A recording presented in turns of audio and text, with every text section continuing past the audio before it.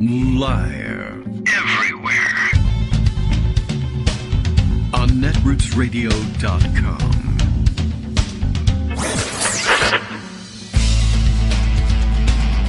David Waldman. Kagro. In the morning. Now, here's David Waldman.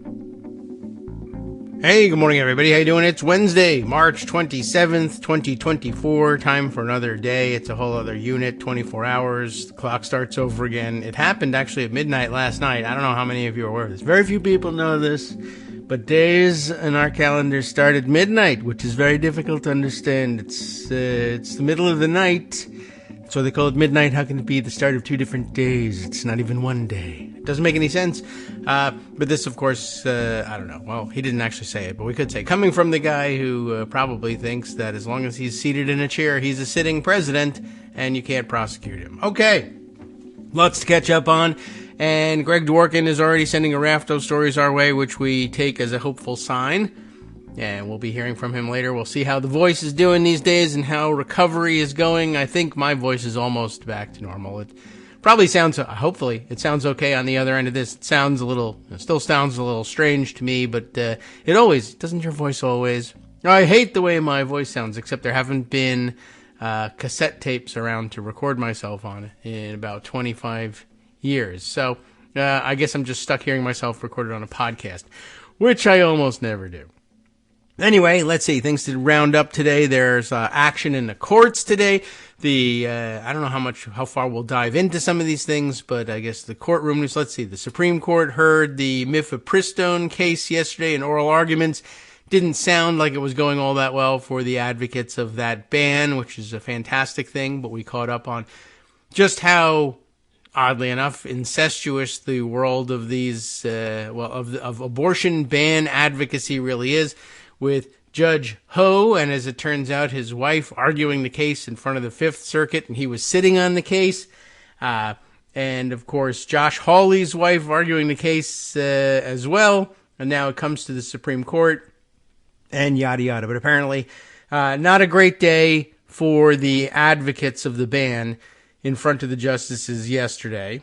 And what else is news? Let's see. In the Fifth Circuit, back in the Fifth Circuit news, they, too, have, I forget what terminology we're using now, because there were administrative stays and there were injunctions, et cetera, but it sounds like SB4 is on hold again.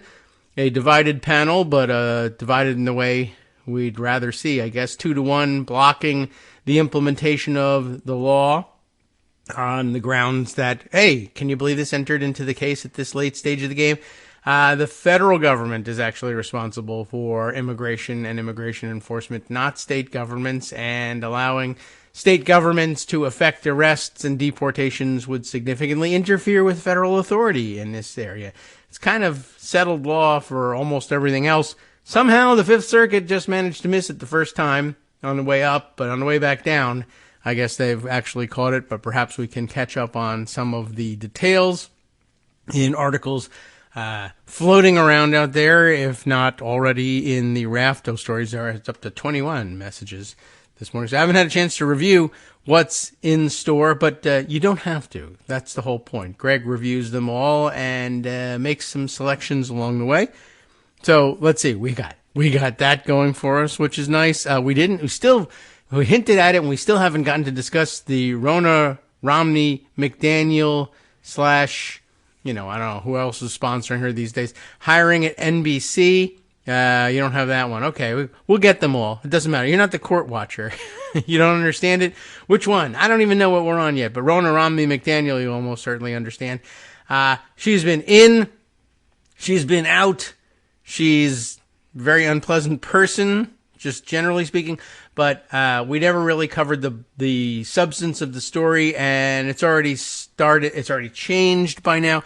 But you knew by the time we hinted at it yesterday that she had been hired on by NBC under the usual lame excuse. This is a great opportunity for media criticism in this one, and we'll take every opportunity to do that. But the fact that she was hired on with the old excuse the media company excuse of, well, we have to hear all viewpoints, or we want to have, diversity on our panels. And it is interesting, and people, of course, pointing out, it's amazing that you bring these guys on. You have to have a wide and diverse array of voices, everything from ultra-right lunatic to center-right moderate Democrats who switched parties to become Republicans or something like that. That's the full gamut of regular panelists on these shows. And, of course, then they come on to decry the far left and the socialists and the squad and the outright communists. And nobody ever, says... Now, there's never any press conferences being given at the NBC headquarters explaining that for diversity of viewpoints, and so they had all the voices at the table, any of those people had ever been hired. That never happens. But giving voice to Republicans, sure, absolutely. And, of course, everybody pointing out the voice you're giving, it just made no sense from any angle. It's not a diverse voice. It's an election denialism voice, and one you don't want to give an opportunity to, and also to bring somebody in and say, well, this is an insider's view of what's happening in the Republican Party. Well, she's just been forced out of the Republican Party. She's just been jettisoned from the party, and because she's not MAGA enough and doesn't understand what's actually happening in the party, it doesn't even make sense on that front.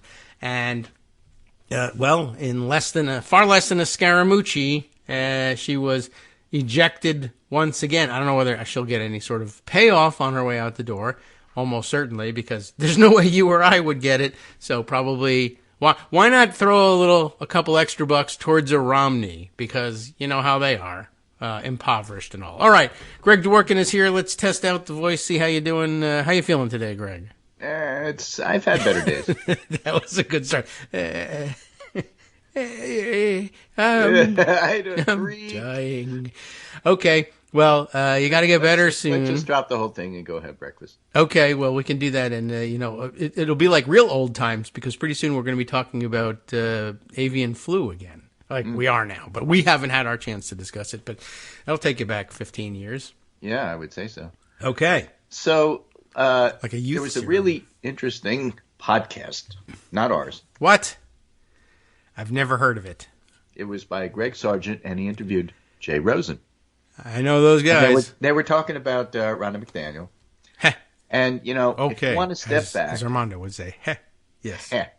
Yes, indeedy, as Atrios might say. So, if you want to step back. All right. And just have a really quick, abbreviated, who should I trust? Okay, I'll do it from back here.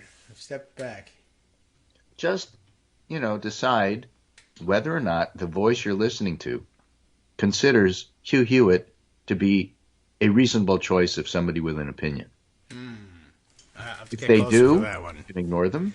Yeah. And if they don't, then maybe you should pay attention to them. All right. Right? And Hugh Hewitt thinks that this whole thing is going to set up NBC for an enormous lawsuit loss because they defamed Ronna McDaniel because everybody called her a liar. Everybody called her Romney. And that alone tells you where things are at. Okay. I don't know if they did call her a liar, but she is one, so don't worry. They did. I mean, Chuck Todd was there saying, what's the problem with Romney McDaniel? Well, it's twofold. Yeah. You pointed out one. She's not really part of MAGA. She doesn't work there anymore. What kind of insider voice does she Get Santorum. He doesn't know what's going on. But more importantly, it doesn't matter. Just as Chuck Todd said about Kristen Welker's interview. It was a good interview by the moderator, as good as you can under the circumstances, but it doesn't matter because you can't believe a single thing she says. Oh. So what's the point? All right. That is a good point. Wow, Chuck Todd. Okay. Yes, Chuck Todd said that. And, of course, so did Joe Scarborough, and so did Chris Hayes, and so did Rachel Maddow. Those people and so did like everybody else who had the chance to comment on it. And they really had no choice, and they had to drop her, and they did yesterday. Clunk. All right. And so now they have to make up the difference. And, Jay Rosen and Greg Sargent, in talking about this episode, basically said these guys just don't get it. They don't understand the difference between one side working within the system and the other side trying to destroy the system. Yes. Right? Yeah. And you can't really base your actions on, well, there's two sides and we really have to give them both a voice. Now, you could argue that Ronna McDaniel does represent diversity. In a way. Because she says diverse things about any given topic, none of which are true on any given day. They are diverse. So that's pretty diverse. Okay. But that's not really helpful to the audience in trying to understand what's going on. And until the executives, Jay Rosen points out, wrap their heads around the fact that this is totally asymmetric and you're not dealing with people in good faith on one side, until you know yourself that this is true, you'll never figure out how to handle it. And that's where the news media is right now. The execs, who are mostly Republicans, rich owners, publishers, simply don't accept the fact that what Republicans do are not in good faith. I mean, for that, you have to turn to the comedians, because they just have a much clearer idea of what's going on. I'll give you one. I'll take him. And remember, Andy Borowitz's headlines are the thing. You don't have to read the story. It's not all that good. Never is. But the headlines are fantastic. It's a headline factory, yes. Right, the Borowitz report. Trump forced to sell prize collection of House Republicans. Yeah. He's good. That He's just got the tells you in a one-liners. nutshell what's going on here. Yep. That's true. And it's a good point, the divide between the network executives and the reporters. It's almost as if the reporters should unionize in some way and exercise some more power in the discretion of the reporting. And so they're beginning to do this. Reporters reporting on NBC reporters from other places generally will go with these anonymous sourced quotes. And they have to be, because otherwise... And, you could pick out who's Andrea Mitchell and who isn't, at least in spirit. I think it's probably okay. There's Andrea. Well, this is horrible. This is just going to lend credence to the idea that Republicans say NBC doesn't want to hear their views. Oh. Which is such complete bullshit. Such complete bullshit. Also, evidence of the fact that they don't get it. They don't understand. Yeah. Or they don't want to understand, because they can't be that stupid. Yeah, it's an old game, certainly, and they're still playing, I guess, the 1980s game. Well, they're not working in bad faith; they're just working the refs, and we can deal with that. I mean, that was bad faith. It's all about access, right? Yeah. What they're complaining is that if you fire Ronna McDaniel because she's a liar, Republicans won't. You remember Nancy Mace? Nancy Mace won't go on. I don't remember her. Which show was it even? Was that the Stephanopoulos one? No, that was Katie Britt. She won't go on Stephanopoulos. Nancy Mace won't go on some other show. Yeah. Because they challenge them. They say what you're saying isn't true. They hate that. And so they won't go. I like that too. That's a good contest. I say fine. Yeah, I mean, the kids know how to handle that. Well, I'm not coming on this show anymore. Well, fine, I don't want you to, because you're a liar. I mean, it's the answer. The kids know. Well, we'll have Joe Walsh. We'll have some of the people who were in Republican politics and who got out because they were pushed out. We'll have them instead. Well, I guess maybe because that sounds like Ronna McDaniel. Complain they're not really the well, that's because the real Republicans are a bunch of liars. Yeah. Well, I guess you could get Barbara Comstock. But she would be a better choice. Yeah. Than Ronna McDaniel. All right. Now that everybody's talking about the Comstock Act, she should be there because Liz Cheney would be better. Yes. There's a host how terrible is that? You could have that are not just out and out liars who are still trying to defend Trump. Yes. At a minimum, you have not to part do of his prize collection of House Republicans. Right. That he keeps under glass. Then they are crazy, and they are losing. And many of them are resigning. I guess you could. Well, what's Ken Buck doing? Right, have him on. He's not doing anything. Only once, but yeah. I mean, that's one of the problems is underlying their occasional willingness to say the truth about some personality that they don't like. Like Ken Buck, I wouldn't say he's free of the habitual liar disease, But look, I mean, you're Ken right. Buck, I get you. And I don't have a lot of good things to say about him. He's monosyllabic is not in his trying name. to destroy American democracy. And that's Not really anymore. what this comes down to. If you don't recognize that, you're never going to get this right. One side is not trying to destroy American democracy, and the other side is. Well, we have to have both sides. No, you don't. Yeah, I don't. I mean, there's lots of sides, and there's lots. I love the diversity. We got to have a diversity of viewpoints, and of course, I mean, one thing you could say to them is, do you understand that the one you just hired is coming from a party that will attack you because you said you wanted to have diversity, by the way? Did you understand that? And then you name it, it's just stupid. Every part of it is stupid. Right. Also, she's unpleasant personally and knows nothing. So, I mean, I could get you anybody for less. So I just picked this one at random. Okay. Could have been any of them, but this is Axios, which is great. Their name is AXIOS, but it could be ACCESS. Axios. Yes, okay. We're there for access. Sure. That's the only thing we care and about. EOS. Adios, access. Ronna McDaniel out in NBC News following backlash. Exitios. They cover all the people who get fired. All right. Why it matters, the ex-RNC chair's hiring set off a rare on-air protest. McDaniel is exploring legal options. She should hire Hugh Hewitt. Source familiar with the situation told Axios NBC News did not personally contact McDaniel regarding the network's decision yet. But interestingly, fire by tweet. The William Morris agency of the day, the huge one, Creative Arts Agency, CAA. Yeah. All right. I've heard of them. They dropped her as a client. Okay. Well, that tells you people think she's now unhireable. I say, the obvious thing for McDaniel to do is run for governor of Arkansas. They already have one.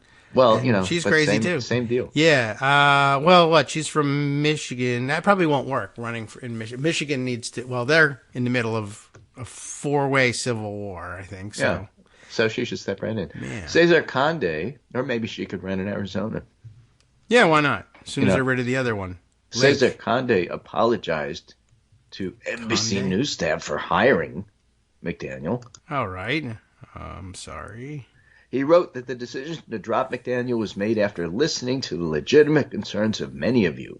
Oh, okay. It's good.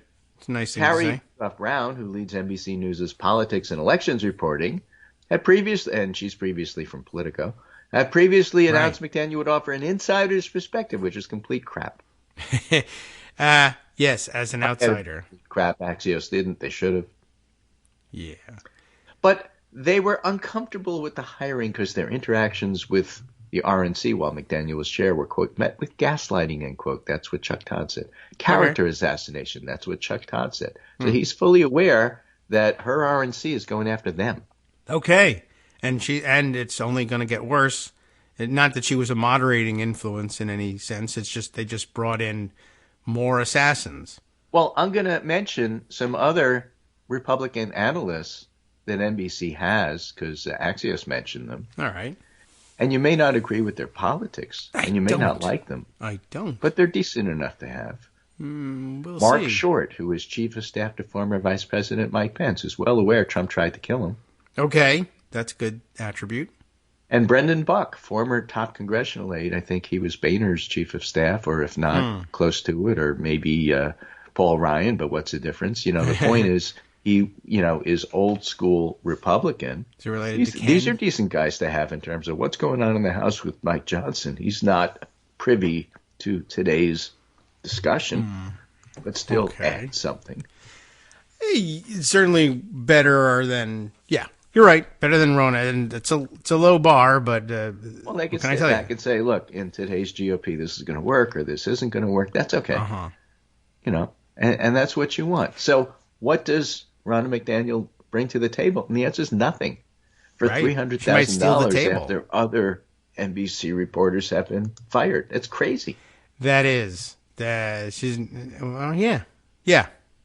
That's a terrible thing to do with your money. And she just doesn't have that kind of inside line. She's not an insider. That's the ultimate question. What do you bring to the table? No. You're trying to sell the table and keep it? That's not what we need. Now, the other big story that I think is worth covering today, because it happened yesterday. Today's Wednesday. That means it was a Tuesday yesterday. Right. And Tuesdays these days often mean special elections. Right. There was one in Alabama. There was. A good one. It was for a state seat. Mm-hmm. State legislative race. A House seat, actually. Okay. Alabama Democrat Marilyn Lands, running on IVF ruling.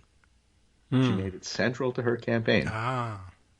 Flips a Republican House seat. This is just so fascinating. First of all, this is outside of Huntsville, Alabama, northern Alabama. Okay. It's a district that went for Trump by only a point or two. But Trump in the end. Yeah, so a Republican district. So it's still a Republican district, but you could call it a competitive one for Alabama purposes. It is. 3/4 of the Alabama legislature is Republican. And Democrat Marilyn Lands ran in 2022 and lost by 7 points. Again, by Alabama terms, that's a competitive district. Yes. Okay. And so then this IVF ruling happens. And who's their governor? Kay Ivey was, this doesn't mean what you think it means, and we'll take care of it, and this isn't going to be a problem, and this, that, and everything else. Should hire her for NBC. Yeah. And so Marilyn Lands runs on this. Yeah. And having wins. Lost by 7 points. And yesterday's result, oh, by the way, the reason there was a special election is the Republican incumbent had to drop out because he was indicted for voter fraud. I just thought I'd mention that. I don't think I'd seen that in the story. I'd like to read about that. Okay. But anyway, Marilyn Lands gets 62% of the vote, and her Republican opponent gets 38%. That is a 4-point win. Yeah. That is a 31-point turnaround. Yeah. Wow. Okay. That's remarkable. It is remarkable. And so people who step back and, one of the funny things is that the guy she was running against, Teddy Powell, who's this basic, straightforward, GOP guy, as far as I know. I don't know if he's evangelical. Maybe he is. It's Alabama. I don't know. I do know. That he said, look, this IVF thing isn't like all the biggest thing. What really matters around here is infrastructure.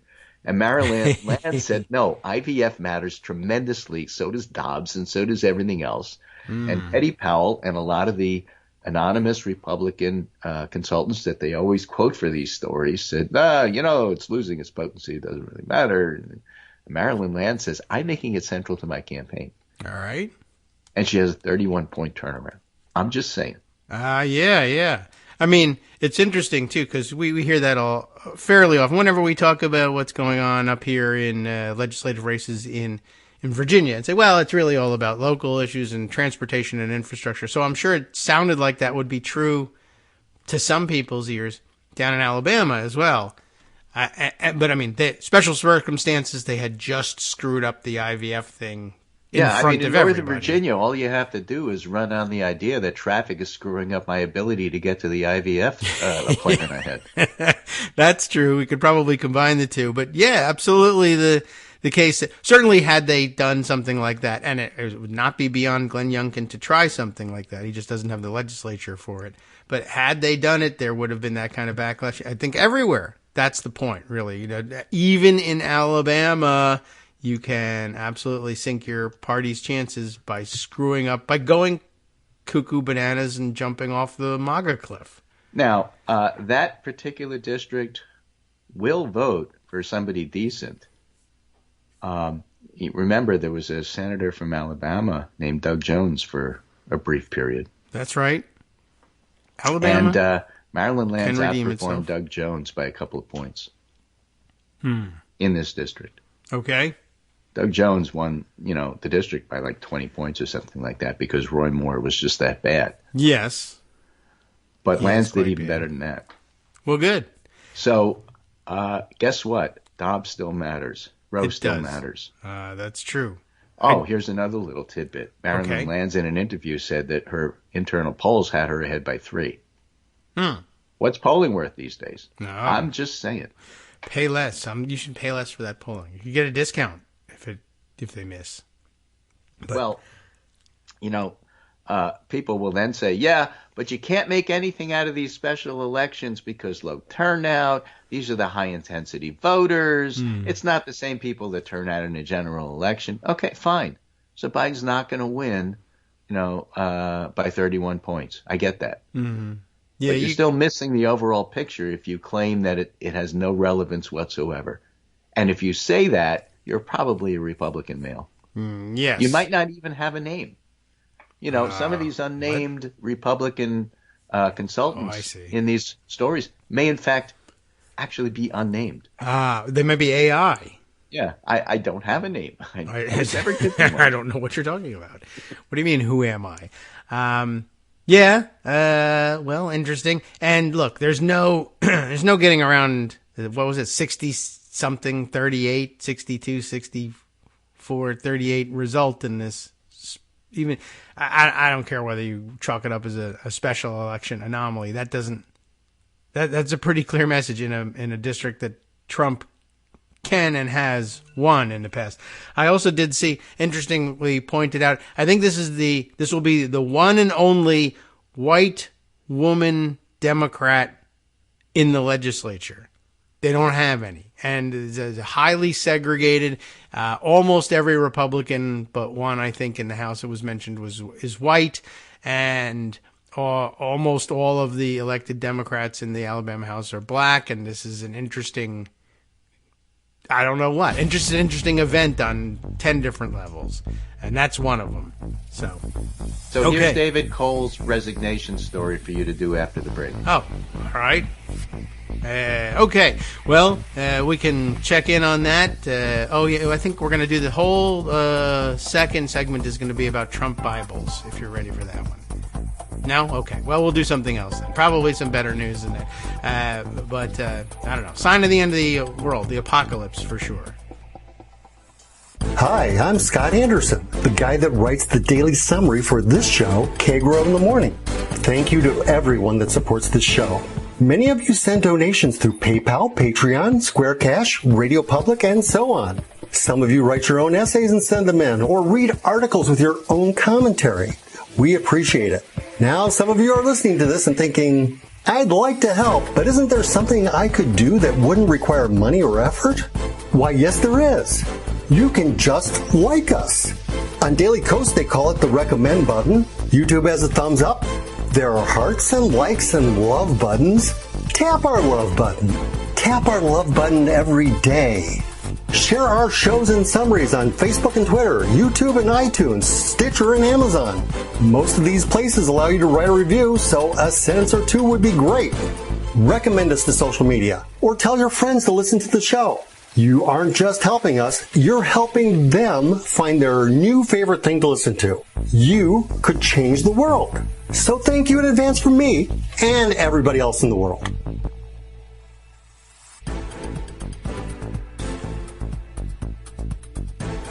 All right, welcome back now to the Kagro in the Morning Show here on Netroots Radio, and it's just the Kagro in the Morning Show.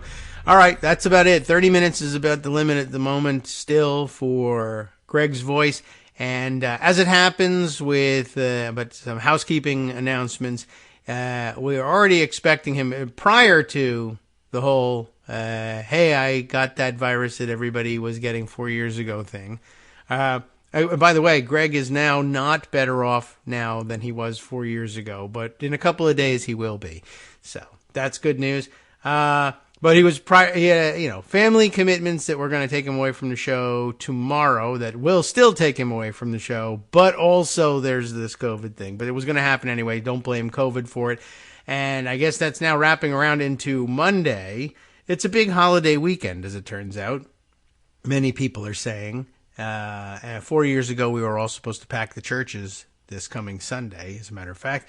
But anyway, it'll be a week till we hear directly from Greg again, though we'll be hearing from him indirectly through his collection of stories in the back channels, and of course at the abbreviated pundit roundup over at Daily Kos. Well, he's passed me, by the way, on his way out the door, the David Cole story. Who the hell is David Cole? Just as a reminder, he's the Alabama Republican state legislator who resigned in disgrace. Give me some dramatic music for that, I guess. Resigned in disgrace, creating this special election opportunity that just resulted in the Democratic pickup, and I was just sort of curious about it. Tell me more about a Republican elected official who had to resign in the face of voter fraud charges because every Republican accusation is a confession. And the story goes like this, according to Alabama.com, AL.com. David Cole resigns seat in Alabama House. Oh, let's have a pop-up first about, interestingly, Explore Georgia as the pop-up there. So, regionally correct, and of course they share a border, but I wanted to read about Alabama. You're beginning to tell me about Georgia. David Cole of Madison County. Oh, I forgot to finish the headline here. David Cole resigns seat in Alabama House after arrest on illegal voting charge. Hello. So this is from August of last year. It's only been a couple of months, but we're into 2024 now. Mike Cason, the author of this piece, David Cole of Madison County, has resigned his seat in the Alabama House of Representatives. Documents filed in court indicate that Cole intends to plead guilty to knowingly voting in a place where he was not authorized to vote.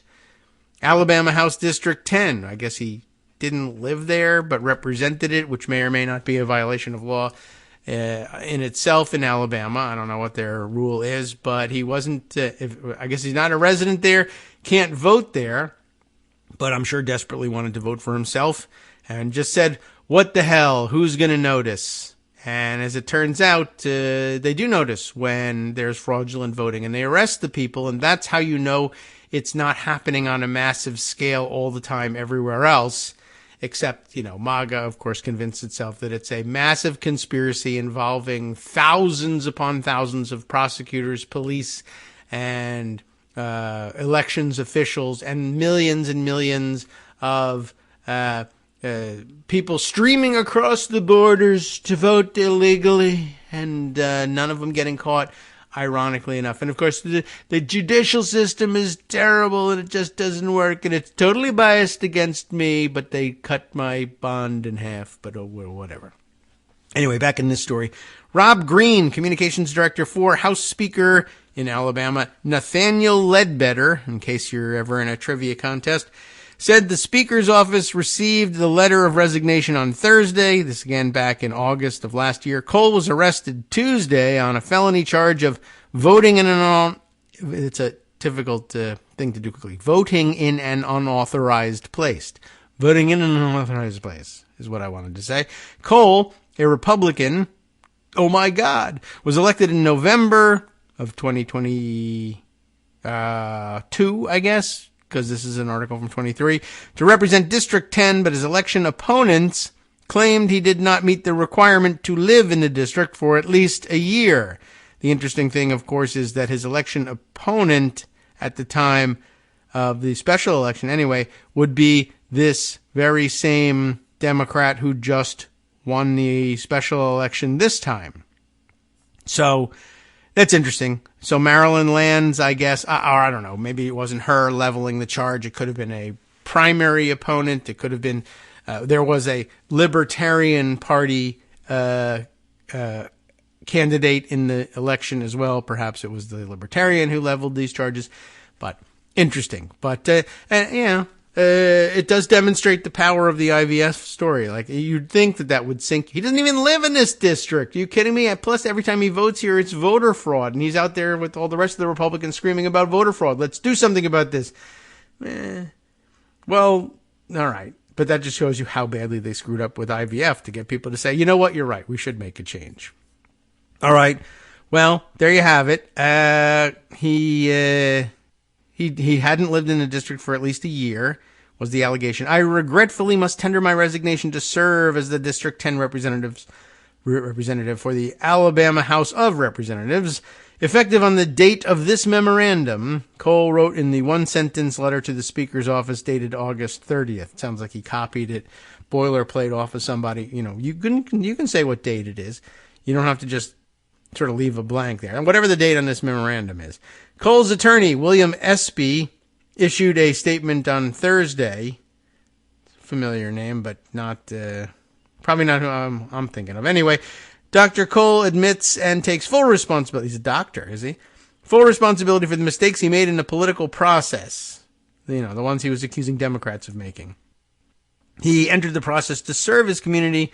He's lived a life of service. Da-da-da, yada-dee, da-da-doo. I'm yada-yadaing, by the way, 22 years of service in the Army, with tours in Iraq, Afghanistan, and Egypt.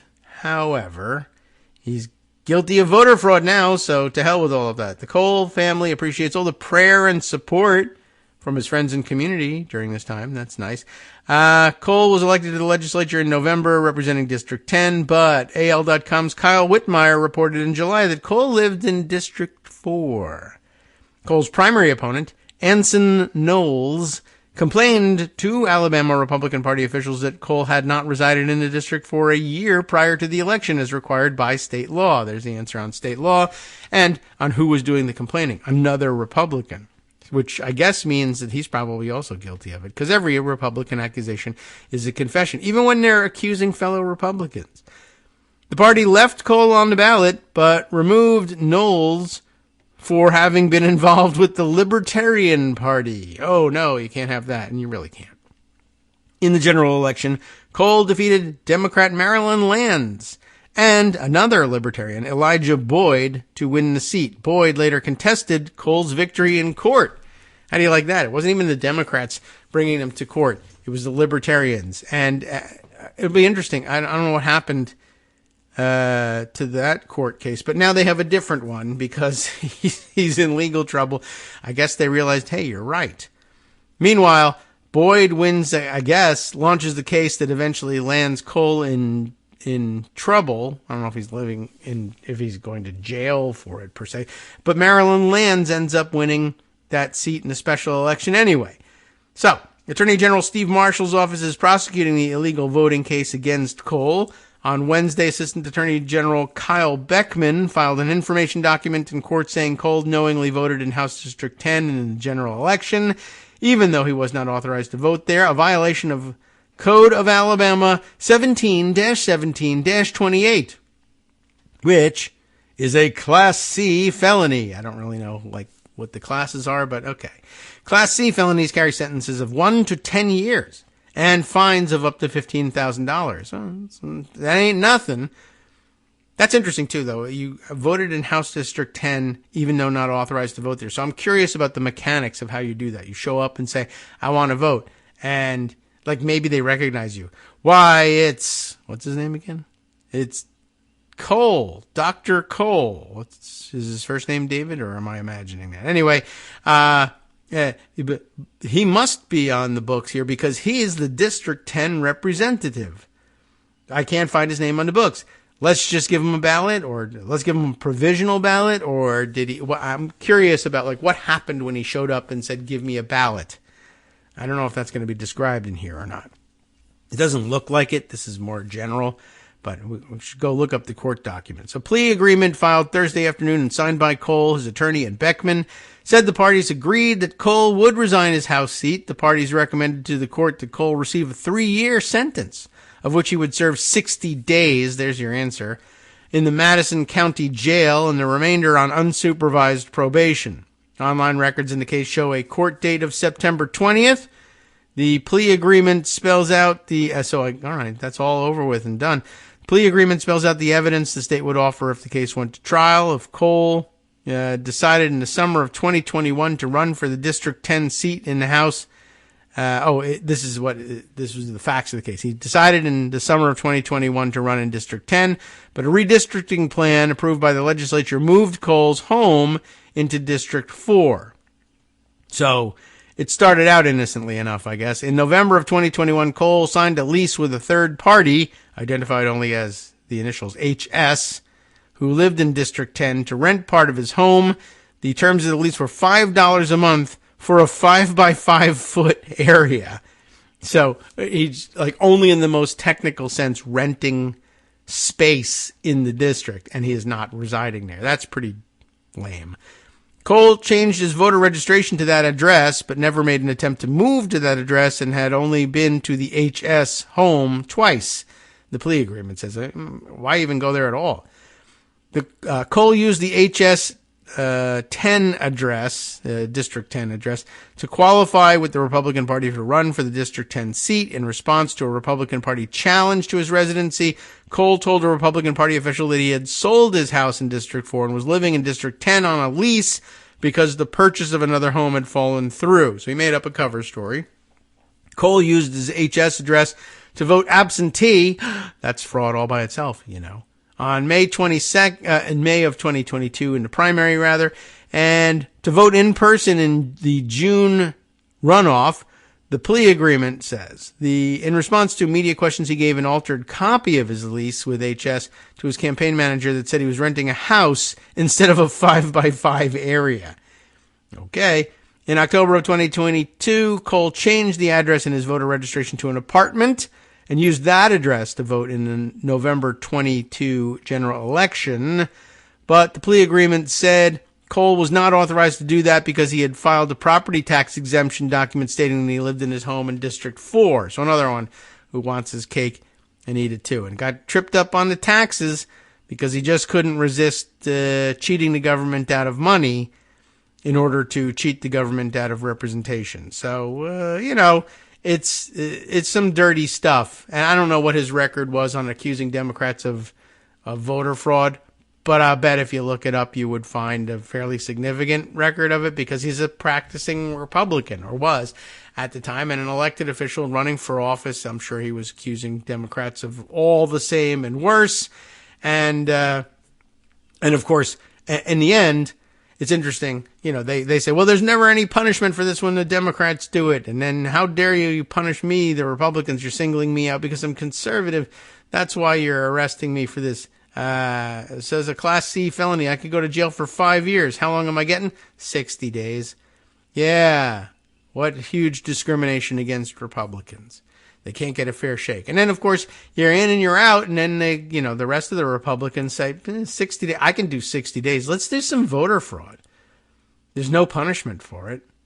And they try again and again and again. We never teach these guys a lesson. And then what happens? They are recidivists.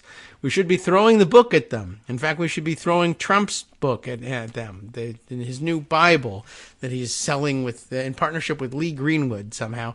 By the way, brought to market by the same people who brought you the Trump superhero NFT trading cards not long ago. Just another scam. Nothing wrong, Christian-wise, with hawking Bibles to raise money to pay for your defense when you're brought up on charges of illegally paying hush money to the porn star you had sex with while your wife was at home with your latest baby. That is, something to reckon with. And he's supposedly going to church on Sunday. He's an Easter Christian, goes to that church down in near Pervalago. Although he went when he was president. I don't know whether now he's not responsible to anybody. He doesn't have to provide pictures of himself in an ill-fitting suit going to Easter services. He just might skip the whole thing. I don't know. We'll see. We'll see whether there are pictures of him carrying his Trump Bible with him on his way into the Jesus Factory down by Pervalago. Well, it would be interesting if there were, real press coverage of the guy. I mentioned earlier today also in discussion with Greg that the RNC is a hot and disgusting mess, and it is. Of course, they've just engineered a takeover of the RNC, ejecting Ronna McRomney McDaniel, sending her over to NBC, NBC then terminating the contract and replacing her with Lara Trump, and also, who? Oh yeah, the guy from North Carolina. What was his name? Whatley. I guess he's the serious cuckoo bird in all of this. Lara is just a regular family grifter and is doing what Trumps do. But in addition to hollowing the place out, both in terms of personnel and in terms of funding, there are new developments that they're making it even worse. This, a Washington Post piece by Josh Dawsey, explaining the worst part of it, I guess, in the headline, and then some interesting things picked up on by other readers and then distributed across the social media spectrum. Here's the piece. Was the 2020 election stolen? Was it? I don't know. Dramatic music? What do you think? No? There's other things we could be doing. Like, was the 2020 election stolen? Oh, well, I don't know. Was the 2020 election stolen? No! Right. Well, okay. I think the 2020 election was stolen if somebody were to say something like that. YouTube, I'm not saying that, by the way. That's not my position.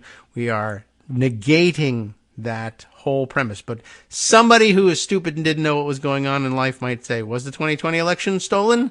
It was, wasn't it? Wrong, sir. Wrong. Ah, okay. See? Liar! Liar! Exactly. Liar! All right. And at this point... Boring! Okay, so move on. Was the 2020 election stolen? Job interviews at the RNC take an unusual turn. That's the headline. It's not my fault, YouTube.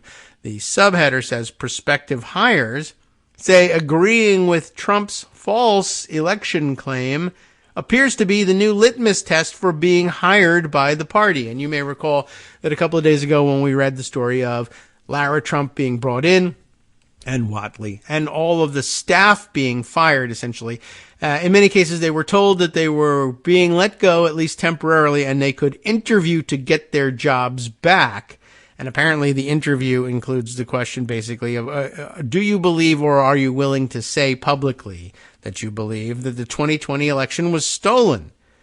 That's what you need to say, what you need to agree to in order to work at the RNC. You need to pledge yourself not only to lying on behalf of Republicans, that's the usual job description, but delivering this particular lie and therefore working to undermine American democracy and end the experiment. And you can only work in this party at the upper echelons if you agree to toe that particular democracy-destroying line.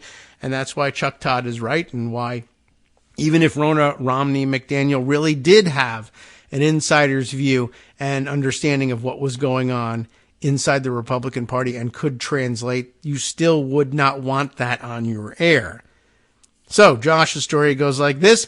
Those seeking employment at the Republican National Committee after a Trump-backed purge of the committee this month have been asked in job interviews if they believe the 2020 election was stolen, according to people familiar with the interviews, making the false claim a litmus test of sorts for hiring. That's probably bad. In recent days, Trump advisors have quizzed multiple employees who had worked in key 2024 states about their views on the last presidential election, according to people who spoke on the condition of anonymity to describe private interviews and discussions. The interviews have been conducted mostly virtually, as the prospective future employees are based in key swing states. It's not that they believe in, COVID transmission or anything. Was the 2020 election stolen? More dramatic music for that, please. Was it? Well, that's what one prospective employee recalled being asked in a room with two top Trump advisors. And, oh my God, why am I in a room with two top Trump advisors? I don't know. Do I have a sound effect for that? No, probably a vomiting sound effect is what I would need for that. The question about the 2020 election has startled some of the potential employees who viewed it as questioning their loyalty to Trump and as an unusual job interview question. According to the people familiar with these interviews, a group of senior Trump advisors have been in the RNC building in recent days conducting the interviews. They should fumigate the place while they're in there. The questions about the 2020 election were open-ended, two people familiar with the questioning said.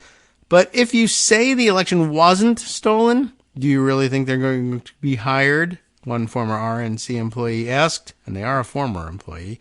Candidates who worked on the front line in battleground states or are currently in states where fraud allegations have been prevalent and universally unproven were asked about their work experience. RNC and Trump spokeswoman Danielle Alvarez said in a statement on Tuesday, trying to defend this stuff. I was asking about your work experience. We wanted experienced staff with meaningful views on how elections are won and lost and real experience-based opinions about what happened in the trenches. So I guess the claim is that you could say, well, no, it wasn't based on my close observation of everything that I saw here, and I can help you with that next time around. But then, no, I think we'll actually get someone else to help us with that. Thank you very much. Okay. RNC staffers were told en masse in early March that they were being let go, but could reapply for their jobs. And the application process has included an interview with the Trump advisors. The Trump advisors this week are vetting both former employees and some laid off employees whose last day is Friday. I guess that's tomorrow, day after tomorrow, to decide how many can either return or stay with the RNC. Doug Hay, or maybe Heye, Heye, a longtime GOP strategist who worked as communications director at the RNC, said the party had long expected staffers to mimic the positions of its presidential candidates. That's always expected, but rarely have you found a democracy denialist as the candidate, like never. But now you have to. You're there for that specific reason, he said, to back the candidate up and go along with the worldview. That's true. And again, that's just a reminder. That's one of the reasons why the nominee is given, is granted essentially the prerogative to write or rewrite the Republican Party's platform at the convention that year. Even though that's the ordinary practice, it was odd at the time that in 2016, Trump basically waived his right, and waved off any interest in dealing with the platform. He didn't care what the platform was. He doesn't have a platform. He didn't want a platform. It's dumb, boring nerd stuff. Who cares? I just want to say what I feel like saying and have people clap. That was his platform, except for the one change that he asked for through his convention manager, Paul Manafort, which was, can we get rid of all the stuff where the Republican Party disagrees with the Russians about their invasion and annexation of Crimea and the entire Ukraine? And the answer is, sure, we don't care. We don't have principles either. Go for it. And they suddenly, weirdly, changed the Republican view about Russian expansionism from everything that it had been for the previous X number of years in which we've held Russia and the Soviet Union as a geopolitical foe. But, whatever. Just coincidence. Look the other way. Anyway, nominees. There was Doug Hay, whatever it was saying. Basically, look, Republican National Committee staff always have to essentially toe the line and back the positions of the party leadership. That's what the organization is about. But nominees other than Trump wouldn't make such outlandish claims, he said, or put employees in such an uncomfortable spot. The problem with Trumpism is that despite bringing in very smart and very capable people, if you want to play Trump's game, you have to back him up on everything he says. Claims about the election being stolen is kind of the last frontier of that. Hay, whatever his name is, said. Other questions have included what they believe should be done on election integrity, and that's enclosed in quotes, in 2024. That's basically the same question, along with the basic questions about their job responsibilities, their previous employers, and their opinions on how things are going at the RNC. Pretty bad. Instead of having employees based in Washington, this is another interesting item pulled out by some of the Blue Sky readers of this article. Instead of having employees based in Washington, Trump advisors have told prospective employees that many of them will be expected to move, and I'll paraphrase here by saying they'll be expected to move to a different location. It's not totally outlandish for a party like the Republican Party to say, maybe Washington, D.C. isn't where we want to have our base of operations for the Republican National Committee, even though We certainly will want to have an office here. The Congress meets here, and it's very important to keep party discipline among the members of Congress. And they operate around the calendar year full time, unlike many of the state legislators who only, are in session for a couple of weeks out of the year. So it's important to have a presence in Washington. But for a party that keeps insisting they're from the real America, maybe it's time to have their party apparatus based in, quote unquote, real America. So where are they going to move to? This is the interesting part here. And I'm not taking over the party, or there's no purge. It's not all pledging loyalty to Trump, but it is.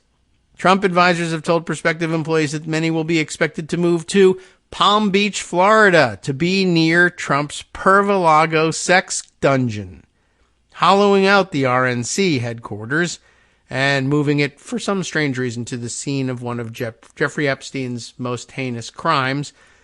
It's a thought. It's a strategy. The Republicans will be running on banning abortion, dismantling Medicare and Medicaid, abolishing Social Security, and banning abortion, mifepristone, and IVF. And also sex trafficking. We're going to just make that a good thing from now on. And we're going to do it all from Mar-a-Lago sex dungeon. It's a strategy. I don't think it's a wise one, but who am I to tell, independent-minded Republicans who just love freedom what to do with their lives? But that's it. That's up to them. RNC officials have said, though, why are they doing it? They say it's about combining the operations of the campaign and the committee for maximum use ahead of the general election. What it is, of course, is Trump wants to be able to, peek into the office and intimidate people or whatever, or steal the money directly himself with his own two hands, and he does not want to travel to Washington, D.C. to do it. And, by the way, huge vote of confidence in Lara Trump, right? I trust you to take care of all of this, Lara. I'm installing you as head of the RNC. That way you can be my eyes and ears. And P.S., we're moving the RNC to Mar-a-Lago. All right. So not the hugest vote of confidence, but it's also, on the other hand, that might not be what's driving it. It is entirely possible that, Lara wants to, I think she and Eric probably also living nearby in Palm Beach, if not at Mar-a-Lago, probably quite nearby. And this way she wouldn't have to go to disgusting Washington all the time. So we'll see who's driving that one. All right. Well, there's a little bit more to this article. Perhaps we'll finish it up after the break and then move on to a couple of other things. But it was an important development. It is weird that Republicans are anti-IVF, anti-abortion, and also pro-Jeffrey Epstein.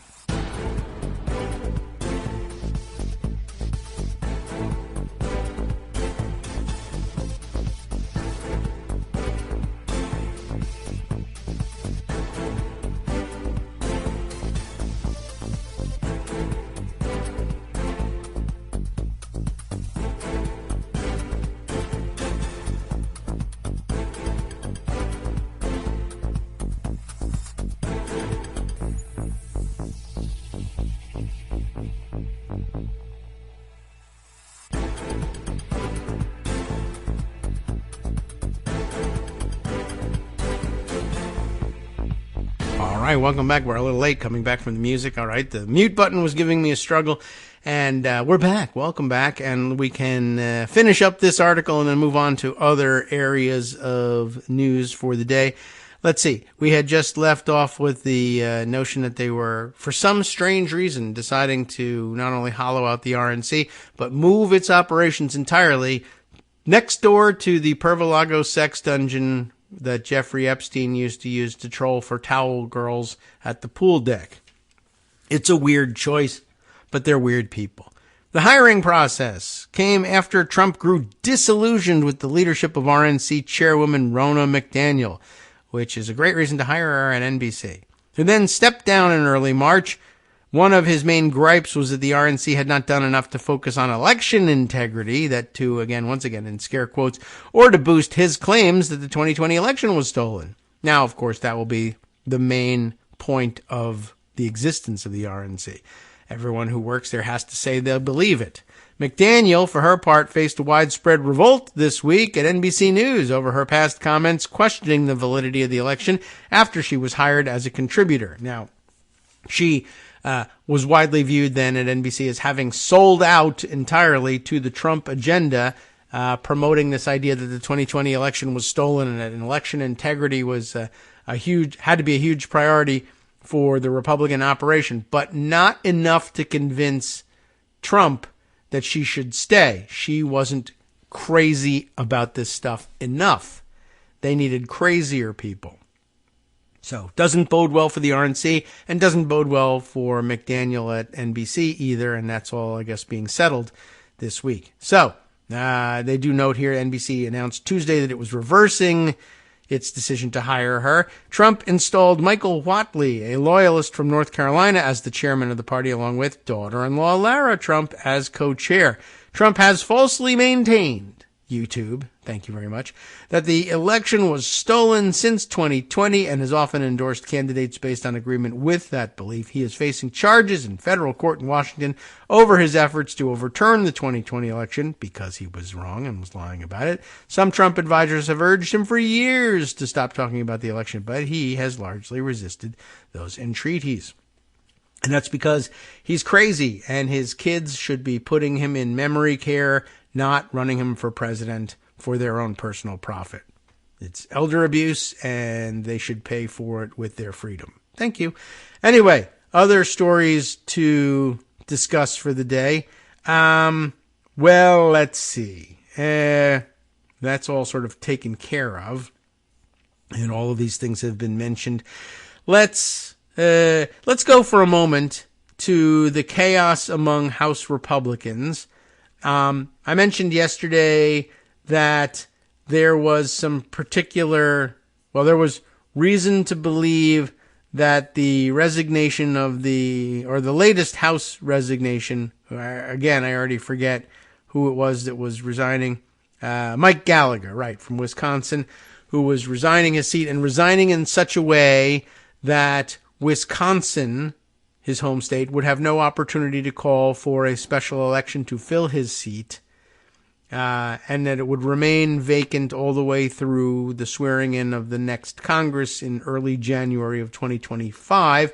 That would impact the House majority and their ability to muster a majority on any given day, narrowing it to a one-vote margin, 217 to 213, I think were the numbers, if everybody is present and voting, and how people had interpreted that correctly, I guess, as a parting FU to the Republican leadership. Deal with this problem. And it has raised a number of problems, and some Republicans have gone crazier than they used to be over it. Let me read you the Axios story and then read you a couple of others just to illustrate how angry, divided, and crazy they really are. This piece from the other day, Republicans livid as chaos threatens to cannibalize House majority. Okay, good. I like the wording of it.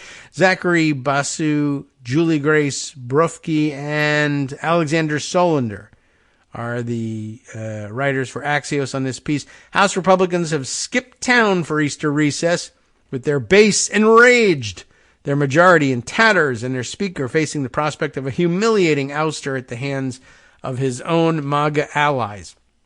And at the center of this story, you'll find the extraordinarily, even more so than usual, scatterbrained Murdery Traitor Greene, just lashing out wildly in every direction. She's against Johnson. She's against, what's-his-face? Gallagher. She's mad at him. She's mad at Johnson. She can't pick a side to try to work with to fight this thing. She's just professionally pissed off in every direction. She's a hot ball of rage and burns everyone who comes near her, friend or foe. She doesn't belong anywhere near a position of responsibility. She should be launched into low orbit to disintegrate on reentry. Anyway, as I mentioned, what was I saying again? Oh, yes, right. Here's why it matters that House Republicans are in chaos. Dysfunction doesn't even begin to cover it. The Senate's passage of a $1.2 trillion spending bill at 2 a.m. Eastern Time the other day, narrowly averting a government shutdown, was perhaps the least dramatic development in an otherwise historic day on Capitol Hill. In a matter of hours, here are these following bulleted items all occurred.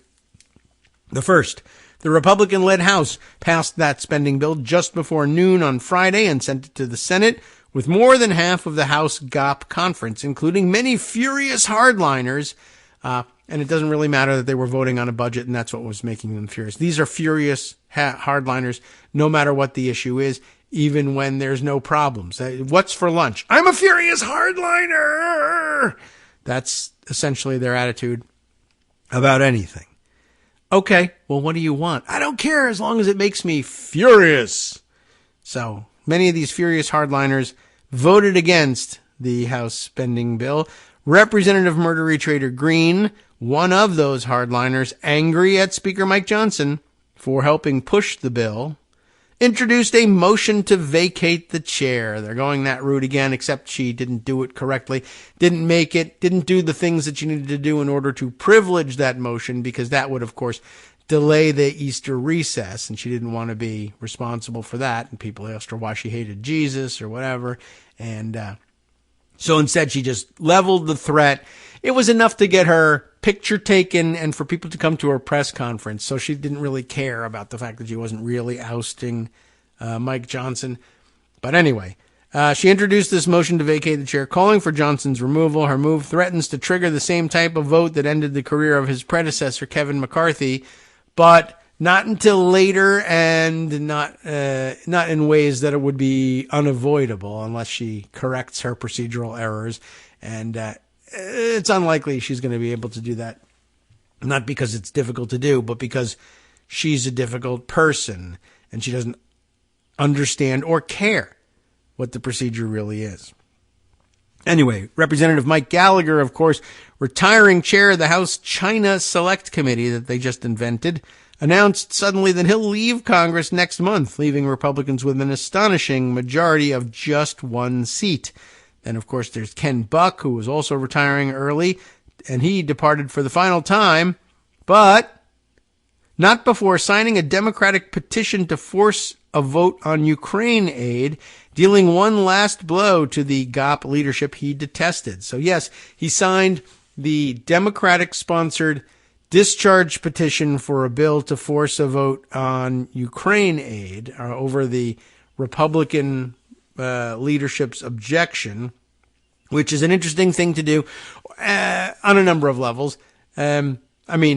Recall that this is his last act. He's leaving, for one thing. So the bravery that it takes for a Republican to cross the aisle and sign a discharge petition sponsored by a Democrat, which will always anger the Republican leadership. My goodness, what a brave thing to do, except he doesn't, this is his last thing. He's resigning. He doesn't care what House leadership thinks of it. That did raise some questions for procedural purposes. Does his signature count on a discharge petition if he's no longer a member of the body? And the answer is, as long as he was a member of the body when he signed it, yes. And if he is succeeded in office by someone either through special election or not until not replaced until January, I'm not certain what Ken Buck's situation is in Colorado, but until there's another person occupying that seat, yeah, that signature is valid and counts towards the threshold you have to.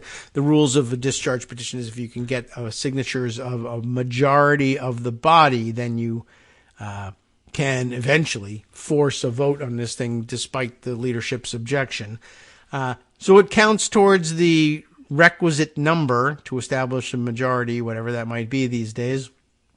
And only if another person comes to occupy the seat can they rescind that signature on behalf of the district that they now represent. But until then, it remains. Lastly, the other thing that happened within the few hours prior to adjournment for the Easter recess. House Oversight Committee Chair James Comer, who helped make impeaching President Biden one of the GOP's majority top priorities, indicated his fizzling inquiry will end without even so much as a vote of any kind. So all of this work towards a messaging vote has resulted in 0 messaging votes. Then, of course, the message has gone sour on them, so it's probably best that they don't vote on anything. Behind the scenes, Republicans were left fuming over the early resignations of Gallagher and Buck, with some suggesting it's now within the realm of possibility for the House majority to flip to Democrats mid-Congress. We did mention that as a possibility, and we can talk about how they would handle such a eventuality just technically in the coming days. I guess if it becomes more realistic looking. Just last week, Johnson had said in response to Buck's departure, I hope, and believe that that's the end of the exits for now. And he was immediately dealt, no, sorry, you're completely wrong. As a matter of fact... wrong, sir. Wrong. Right. There's going to be another resignation right in your face after that. One conservative told Axios, coming on the heels of the Speaker's cave on the spending bills, Gallagher's abandonment of his colleagues mid-fight is a real gut punch. Another Republican said, I think it's extremely unfortunate, but this is also why you don't vote to remove the Speaker of the House and create chaos. Now, as for the between the lines section, we're told that frustrated lawmakers told Axios that burnout from the historically chaotic 118th Congress, which has featured multiple speakers' races, derailed spending bills, and constant infighting is very real. Normally, they're trying to talk people out of retirement, one member said. Now we're at a point where we're trying to talk them out of leaving early. That is a rare thing, by the way. The other side, it says, and House Democrats relished the discord on the other side of the aisle. I'm glad to be a Democrat in Congress, one told Axios. Representative Jamie Raskin of Maryland noted that Gallagher timed his resignation to ensure that his seat would go unfilled until November. Another sharp rebuke to the chaos and cannibalism caucus of Matt Gaetz and, I say, Murdery Traitor Greene. The bottom line, amid Friday's chaos, disgraced former Representative George Santos gets the bottom line on this. He announced he's leaving the Republican Party to run for Congress in New York as an independent instead, saying the GOP was too, quote, embarrassing. So I guess that's meant to tell you something about the state of the party. And so here's another thing that tells you something about the state of the party and the state of the worm rot of Murdery Traitor Greene's brain. The Hill, in the person of Sarah Fortinsky, reports that Greene says she's so mad. Here, I'll just put it to you this way. Forget the headline for now. Murdery Traitor Greene was so angry at everybody about everything. She hates Mike Johnson. She's filed the motion to vacate the chair. But at the same time, she then gets even angrier at Gallagher for timing his resignation in this way to punish the Republican Party and party leadership in the House by forcing them to live with at least one additional vacancy until January. She's so angry about it, she's decided, well, there must be something we can do about this. I want to move that we expel Gallagher from Congress and do so before his April 19th, resignation date, according to his letter, so that we can create the vacancy before the deadline for Wisconsin to hold a special election, and then we can try and elect a Republican to occupy that seat at some point in between now and next January so that we can get the vote back. But essentially what she's saying is we should use the constitutional process of expulsion from the House. Like, on what basis do you expel Mike Gallagher from the House? He hasn't violated any rules. He hasn't done anything wrong. He's just made Murdery Traitor Greene angry and made it more difficult for a faltering and fractious majority to actually govern. But if they were, better at their jobs or more realistic in their outlook and not populated by crazy a-holes, they would be able to do their job. He's not done anything to break the rules. it's just an interesting suggestion. I mean, it'll never fly. Remember that, of course, it takes 2/3 vote of the House to expel someone. It's a super rare thing to see. Of course, they just did it to George Santos, but you have to have some really extraordinary circumstances.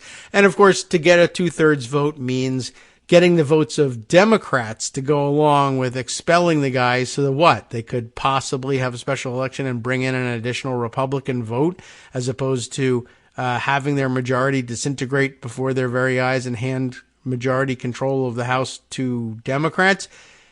I don't think they're going to help you out with that vote. So it's, she probably hadn't thought as far as how do you make this work, which is a problem. You should think these things through before you open your stupid effing mouth about anything, especially you. Marjorie, you're not good at this. You're an extremely dumb person just to start with, and you've learned nothing about how Congress works.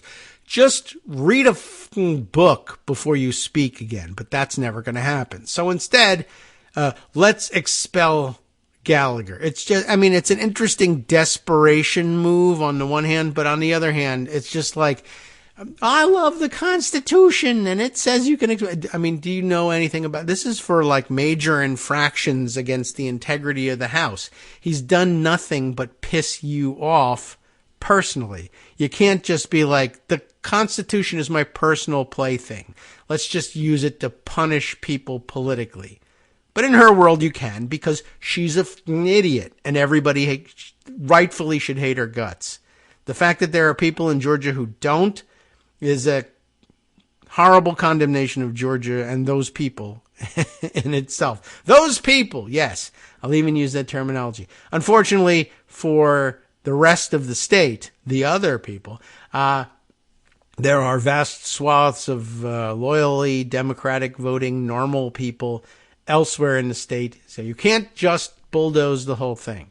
But there are certainly some people who should be on the vehicle when, on board the space vehicle when Murdery Traitor Greene is launched into low Earth orbit to disintegrate on reentry. And I don't know if we can fit them all in there. But anyway, here's the story from the Hill. Greene, Gops Gallagher should be expelled in time for special election. No. Can't happen, won't happen, but really shouldn't really be mentioned by serious people. And people who do mention it and get themselves in the newspaper as saying it should be treated as too dumb to breathe. Don't allow them a vote in Congress. Representative Murdery Traitor Greene called on Speaker Mike Johnson on Sunday. I love the dynamics of this. To push for Representative Mike Gallagher's expulsion from Congress ahead of his scheduled departure next month to allow his district time to select a new representative. Don't bother telling me what you think about using constitutional procedures meant for serious infraction against the integrity of the House for this sort of personal and or political gain. But just focus for the moment on asking Mike Johnson to do your bidding on this minutes after filing to expel him from the chair. I've just filed a motion to vacate the chair, starting the whole civil war again. But personally, I'm targeting Mike Johnson. And then I realize something else pisses me off even worse. And whose help do I need to make this thing work? Mike Johnson. So calling on Mike Johnson after you've called on him to step down or notified him that you're going to try to force him out. Again, I don't know if you get this politics thing. I don't know if you understand this idea of other people existing in the world and having, thoughts, opinions, feelings of their own. I know you hate feelings, but this is just not a human. She's not operating as human beings do. I don't know what else to say about her. She's just that horrific. Gallagher, of course, the chair of the House Select Committee on China, announced last month that he would not seek re-election. However, he said his last day would be April 19th. His scheduled departure date would leave the House GOP conference with a decidedly slim majority, the slimmest possible, in fact, perhaps for the remainder of the year. Wisconsin election law requires a special election to fill a vacancy if it occurs before the first Tuesday in April of an election year. That's the actual wording of the law. for those of you interested.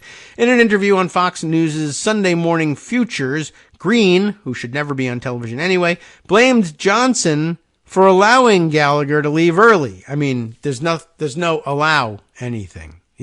The guy said that's when he's leaving. What am I going to do? Threaten him with the loss of his committee? He's quitting. Well, I won't allow him to, I don't know what exactly. Nothing.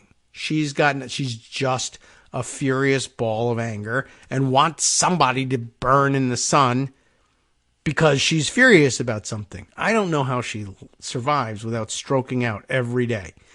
In an interview on Fox, this was on Sunday, Greene blamed Johnson for allowing Gallagher to leave early and said Republicans should work to ensure they can replace Gallagher, whose seat is solid Republican, according to the Cook Political Report. Speaker Johnson should be forcing Mike Gallagher to leave early so that his district can hold a special election. And any strong Republican Speaker of the House would expel a member for leaving our razor-thin majority in such a delicate state. We cannot allow this, Greene said on Sunday. You have to allow it. There isn't a goddamn thing you can do about it. And the fact that they didn't just say, you're so dumb, get out of here, is astonishing, but that's Fox News for you.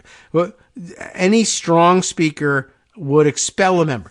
Speakers can't expel members. That's just not the way it works. And you just said he wasn't strong. You just moved to vacate the chair. That's how unstrong you think he is. But maybe they're just trying to highlight how this is why I'm moving to expel him. But I mean, just everybody's your enemy, Murdery. Everybody, really? Maybe this is a you problem. I don't know. Anyway, Greene slammed Johnson for praising Gallagher following his announcement on Friday, adding to her growing criticism for Johnson in recent days. Greene threatened to oust Johnson from his seat on Friday by filing a motion to vacate the chair after expressing frustration that he allowed a bipartisan funding package to pass with Democratic votes, averting a partial shutdown. Speaker Johnson has also failed our majority because he's allowing Mike Gallagher to leave Congress after the deadline date where his district cannot hold a special election and elect a new representative for the rest of this entire Congress, Greene said. Mike Gallagher betrayed all of us, and Speaker Johnson, as the one who's responsible for our majority, praised Mike Gallagher on Friday after he announced his departure, saying that he's great and praising him and thanking him for his service in Congress, she added.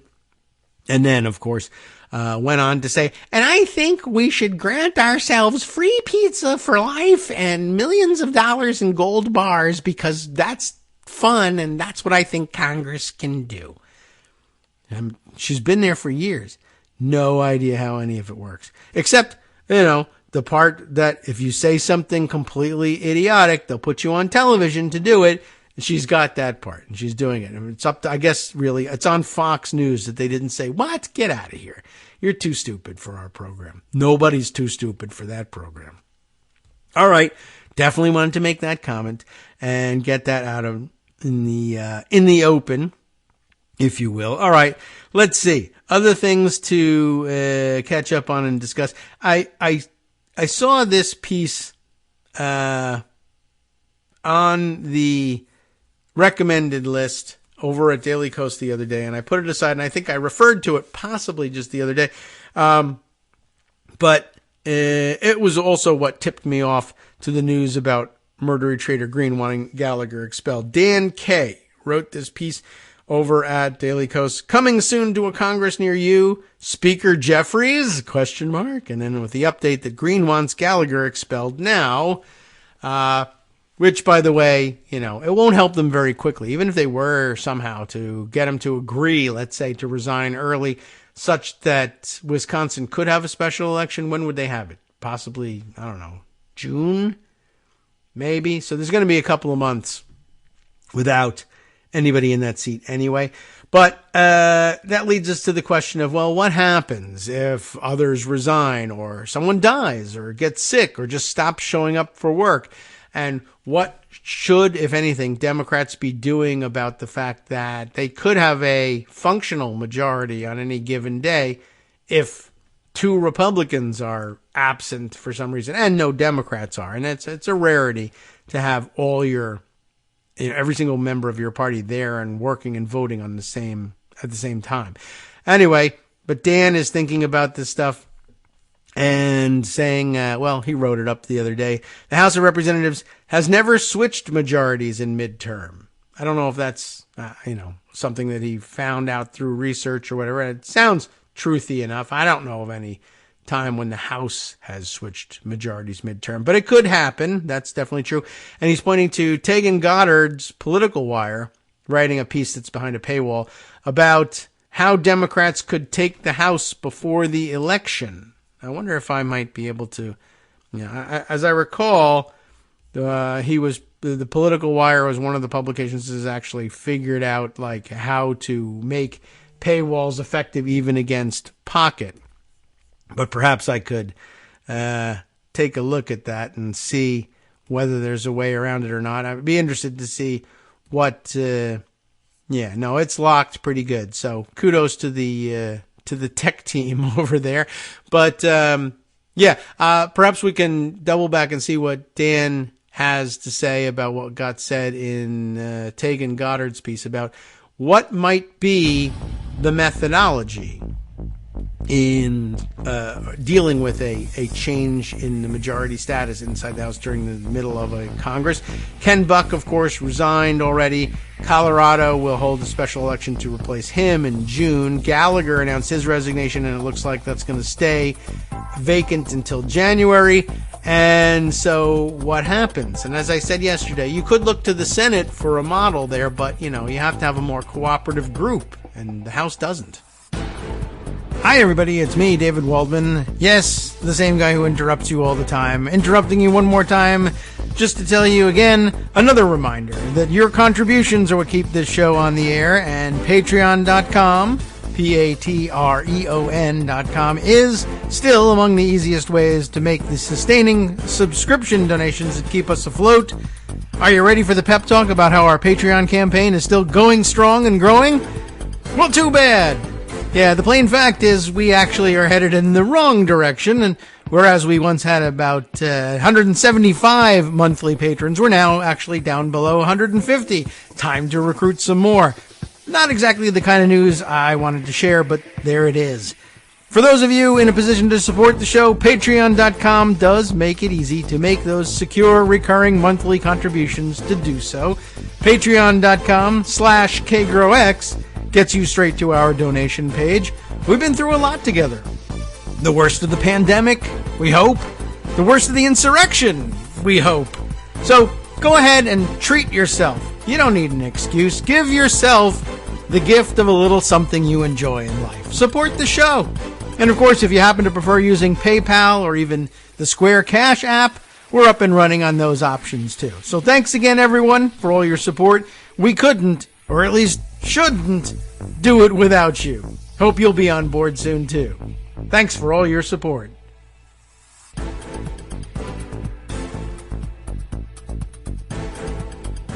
All right, welcome back now to the Kagro in the Morning Show here on Netroots Radio. Let's see, where were we in all this? Oh, yes, right, we're looking at Dan K's questions about, it's a good platform from which to launch the questions. What happens if there's a functioning House majority of Democrats on any given day, or maybe for a sustained period, and how would they handle such an eventuality? Whether it's either because a temporary situation or some Republican absences, more Republican absences than Democratic absences. And that's something to keep in mind too, right? If they have a 1-seat margin, right? It's 217, 213. We went through the dynamics of this. Like if one vote actively switches, if everybody's there and voting, and that is very rare, then it's 216 to 14. But if 2 Republicans defect and vote with Democrats, it's 215, 215. And a bill favored by Republicans cannot pass on partisan lines, -2, with a 215, 215 vote. A tie vote does not pass a bill. That's the dynamics here. But also, if there's just, I guess, 2 more Republicans absent on any given day than there are Democrats. Would that mean the same thing? Does that produce the same result? Well, no. But I guess if there are no Democrats absent and they all come and vote, and there are 2 Republicans absent that day, then I guess, no, that doesn't do it either. That would be a 215-213 majority. So, but if there are 4 Republicans absent, and that's very possible, and 0 Democrats absent that day, theoretically possible, but, in practice, difficult to put together. But 4 Republican absences, even with Republican unanimity behind a bill, and 0 Democratic absences means a 213-213 tie vote. 5 Republican absences, 0 Democratic absences, the Democrats can prevail on a vote of their own and bring a Democratic, if they were able to get a Democratic bill to the floor, they could pass it on partisan lines, 213-212. But under what circumstances would that happen? But I don't know. But it just gives us I guess that gives us a threshold. It's a 5-vote margin for Republicans if it's all based on absences. So if there are 5 more Republicans out than there are Democrats, it would work. So I suppose at that point, 6 Republican absences and 1 Democratic absence would function in the same way, right? 7 and 2. Now we're getting into numbers that actually are plausible. But why would it be so slanted towards the Republican side? So, in other words, it's going to have to take more than just absences. It will require more resignations in order for there to be reason to believe that a functioning majority on the floor, without actually switching the organization of the House, would yield control of the floor to Democrats. It's still very unlikely to have it happen. But it could happen. And as we were saying the other day, one of the things that they do, they begin each morning with a vote to approve the journal that they use as a test vote just to see who's here, who's not, how many numbers, what are the numbers that we have on our side today, and what can or can't we do with that. But what if the test vote was something different? Or what if it wasn't something different, but you just offered things anyway? What if Hakeem Jeffries started to come to the floor prepared each morning to say, I have a resolution that would, and I just sort of pulled this out of thin air as a test vote that might do something. Now, I haven't really thought through the implications of exactly what it would do, but what if you brought a resolution each morning that said, I move that the House do resolve that the Rules Committee be reorganized, that instead of it existing as it does now with a significant Republican majority built in, which under normal circumstances would mean that the House leadership would control the Rules Committee. That's not the case right now because, of course, you remember that McCarthy, in order to occupy the speakership for about 15 minutes, was forced to agree to putting, 2 or more Freedom Caucus Republicans on the House Rules Committee, and they bucked the leadership enough that the effects are still being felt, and Mike Johnson, in order to get anything done, has to bring things to the floor under suspension of the rules so that he can bypass the Rules Committee, right? So the Republican leadership has no control over the Rules Committee as it is. So there's no skin off their nose in sacrificing the Rules Committee at this point. So, I bring that up because that might be something that they'd be willing to go along with or not care so much about losing. But what if Hakeem Jeffries said, I move that the membership of the Rules Committee be reshuffled, and that it be reshuffled in such a way that, you don't necessarily have to kick any Republicans off the committee, but let's add seats and fill them with Democrats. The House is as close to evenly divided as it's ever been and is ever likely to be, but the membership of the Rules Committee is overwhelmingly Republican, that makes no sense. It's something you can do if you can defend your majority with regularity. But since you can't, what about if the membership of the Rules Committee reflected the membership of the House? And it was an evenly divided panel. Not even just a one-vote advantage, but an evenly divided panel. Let's reconstitute the Rules Committee as evenly divided as between Democrats and Republicans, at least for the balance of the 118th Congress. In the 119th Congress, if somebody's got a solid majority, they can go back to the old way.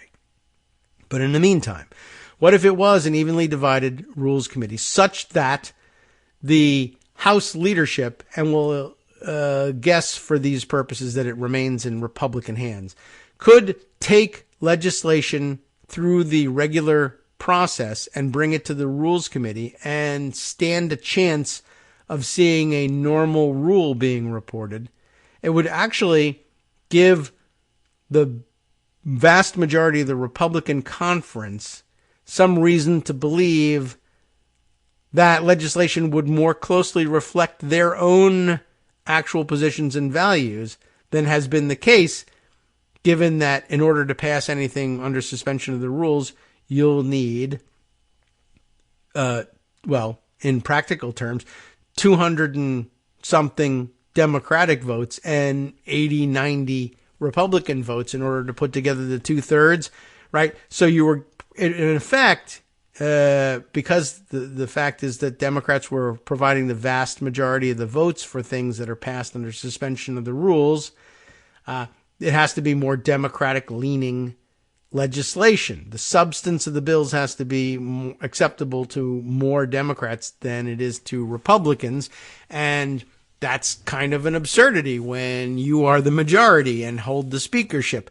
And so, interestingly, there's a paradox there. Like if, Johnson would have to have some real explaining to do in his conference.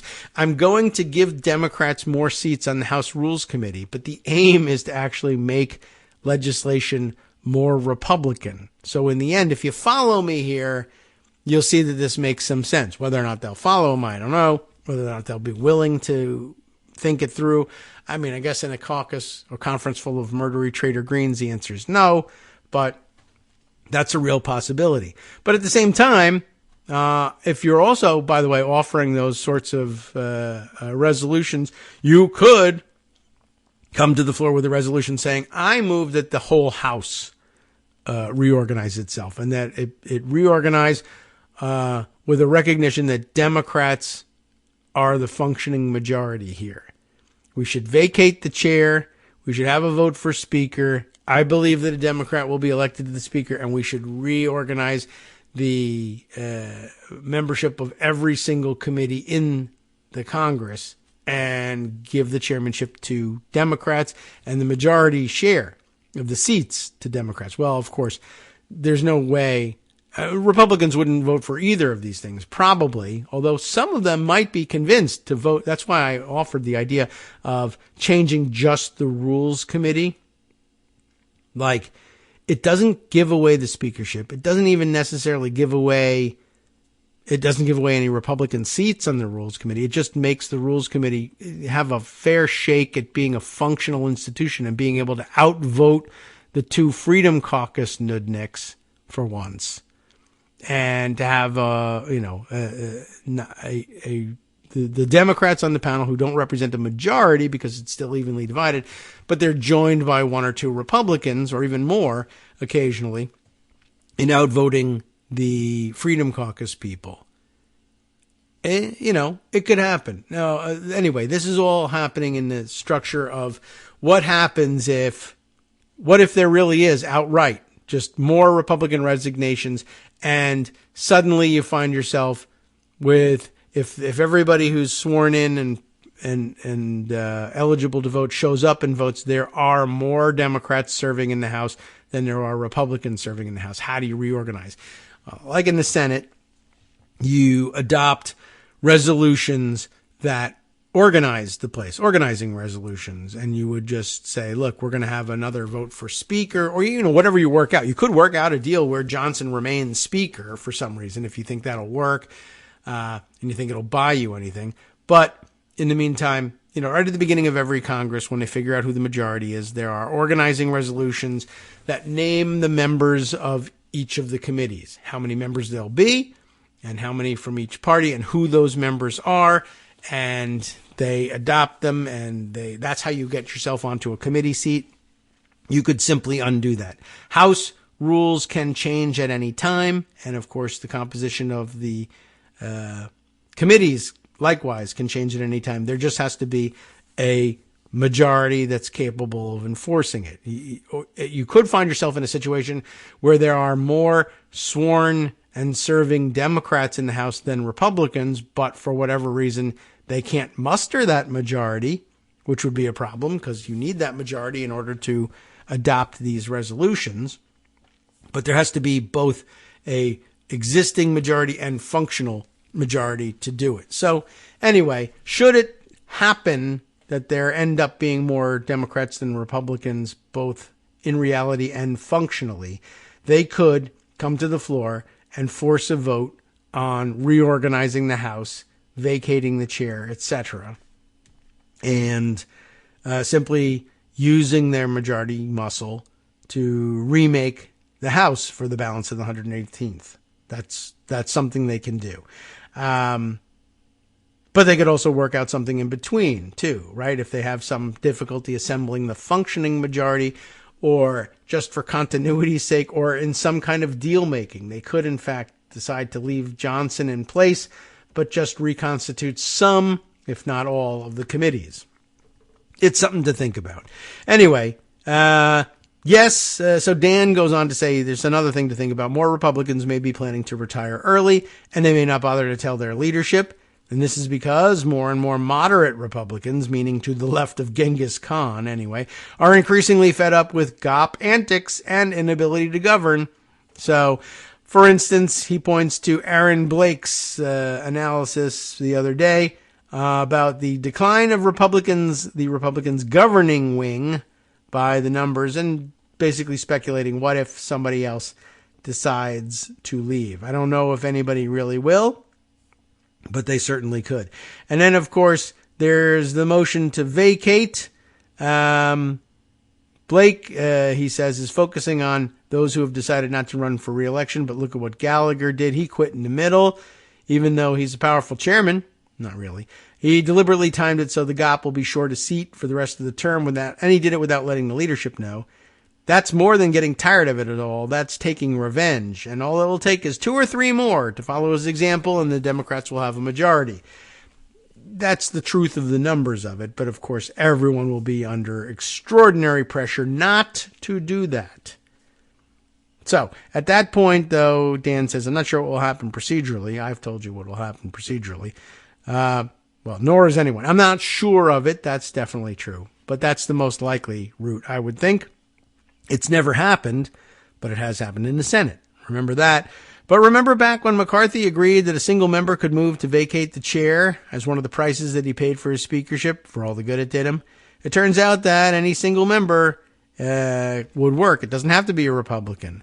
And then we're pointed to a Guardian piece on what is a motion to vacate, the procedure that ousted Kevin McCarthy.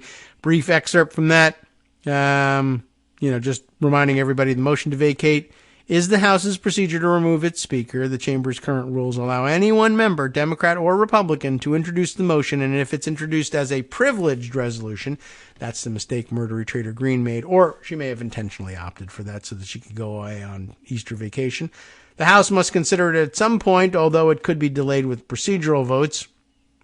And then the update that Greene was saying Gallagher should be expelled, which, nope, I don't think so. But anyway, that's where we are in the growing chaos in the House. That's pretty crazy.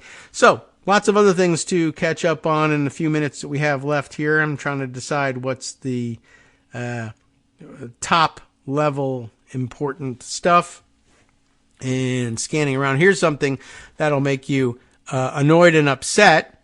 Why don't we try that?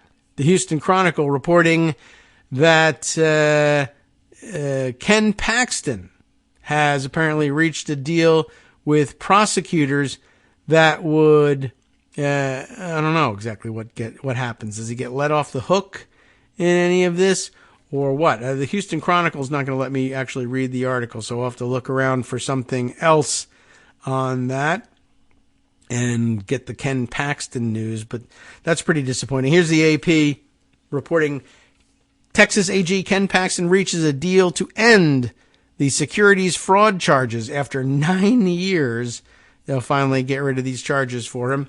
Juan Lozano reports it this way.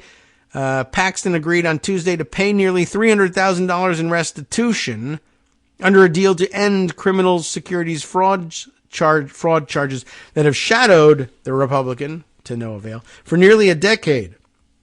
The announcement by special prosecutors in a Houston courtroom came less than 3 weeks before Paxton was set to stand trial on felony charges that could have led to a prison sentence. It was the closest that Paxton, who was indicted way back in 2015, has ever come to trial over accusations that he duped investors in a tech startup near Dallas.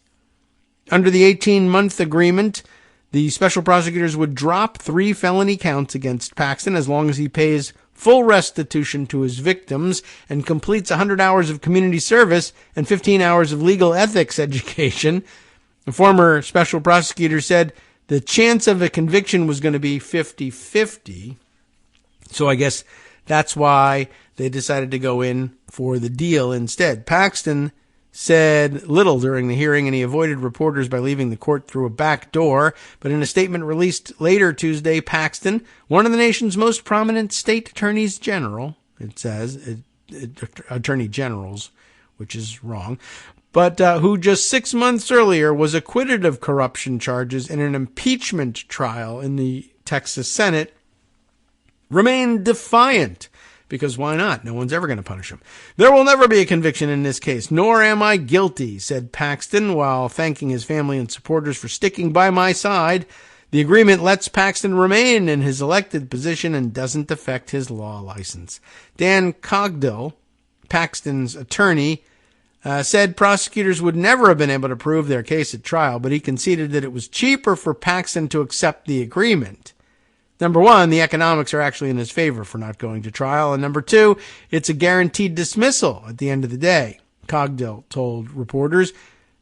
Houston attorney Brian Weiss, who was one of the special prosecutors, described the deal as a victory that requires Paxton to repay investors, including Brian Cook, a former GOP lawmaker who served with Paxton in the Texas legislature, and the estate of Joel Hochberg, a South Florida businessman who died last year.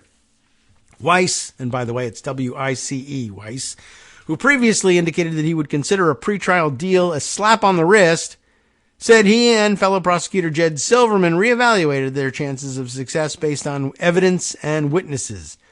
Our primary duty is to do justice, not necessarily to convict. I added the necessarily there. So the question isn't whether or not we won, but was justice served? And I think the answer to that is unmistakably yes, Weiss said. I don't know.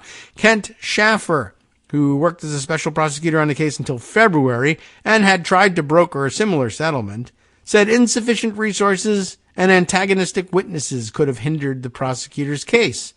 I didn't think we had a bad case, but it's 50-50. It could go either way, said Schaffer, a Houston-based criminal defense attorney.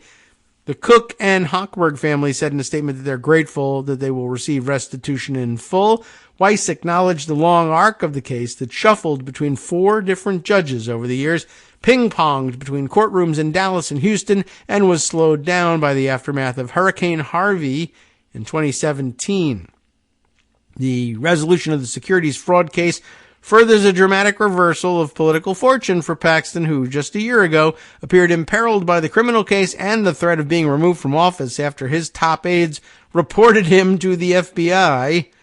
But Paxton has emerged, emboldened. Of course, that's what always happens. He waged war against dozens of GOP lawmakers who were part of the 2023 effort to impeach him, with his biggest target being State House Speaker Dade Phelan, who was forced into a May 28th runoff. He has also not ruled out a primary challenge to Republican Senator John Cornyn in 2026.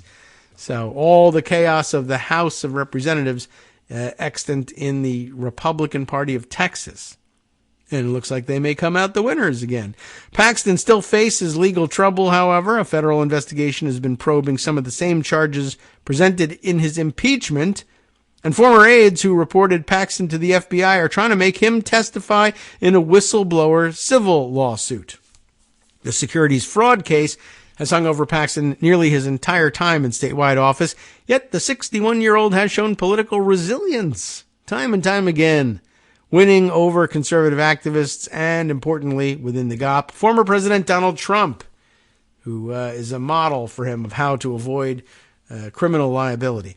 Paxton has been accused of defrauding investors in a Dallas area tech company called Servergy, S-E-R-V-E, Serve, R-G-Y, Servergy, by not disclosing that he was being paid by the company to recruit them. He was charged with 2 counts of securities fraud and 1 count of not being registered as an investment advisor. That ain't good. James Spindler, a professor of business and law at the University of Texas at Austin, said it was surprising that Paxton even faced a felony prosecution. He described one of the charges, failing to register as an investment advisor, as a technical violation and said most similar cases are settled as civil lawsuits. I guess that could be the case. But I mean, it is, to me, it seems like a big deal. Like, if you're telling people, giving them financial advice and you're not a qualified financial advisor, like you can't practice law without being a licensed attorney, right? They studiously avoid that, but you can tell people, I mean, I guess you can give anybody financial advice, but if you're really trying to sell securities and you're just unlicensed entirely, why is that not super bad? Legal experts have said over the years that the longer the case drags on, the harder it would be for both sides. That makes it 50-50, I guess. Paxton was also charged in a federal civil complaint filed by the U.S. Securities and Exchange Commission over his work with Servergy, but a federal judge in March of 2017 dismissed the complaint against Paxton. The person who recruited Paxton to work with Servergy, ex-company CEO William Mapp, he was himself found liable by a jury for misleading investors and ordered to pay a civil penalty of $22,500. Mapp lost his job with Servergy and later had to work as an Uber driver to make ends meet, according to court documents. That sounds rare. It's not a bad result. The fraud allegations were among the original 20 articles of impeachment, but were set aside during the impeachment trial in the Texas Senate last year. Paxton's political opponents, most notably Republicans, had used the fraud charges against him in elections, but Paxton has twice been reelected as Attorney General since his indictment, most recently in 2022. Okay. So, worth noting, that's certainly the case. I think I had put something aside about trying to explain why it was that they thought the odds were 50-50 and no better than that, but I'm not certain that that is all that revealing. And perhaps at this point, we might be able to take a look for some write-ups about the Fifth Circuit's decision in the SB4 case.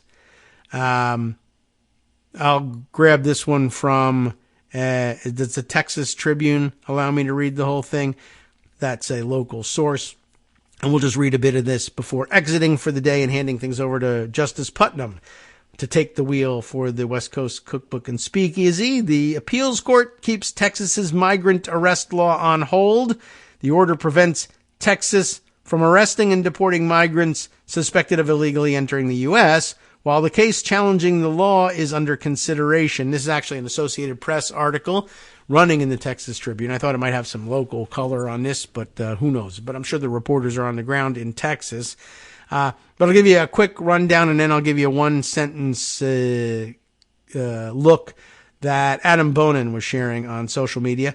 The Texas law that allows the state to arrest and deport migrants suspected of illegally entering the U.S. will remain on hold for now, a federal appeals court ruled. The order, late Tuesday, from the Fifth Circuit U.S. Court of Appeals followed a March 20th hearing by a 3-judge panel of the court. Was it merits? Was it motions? We don't know.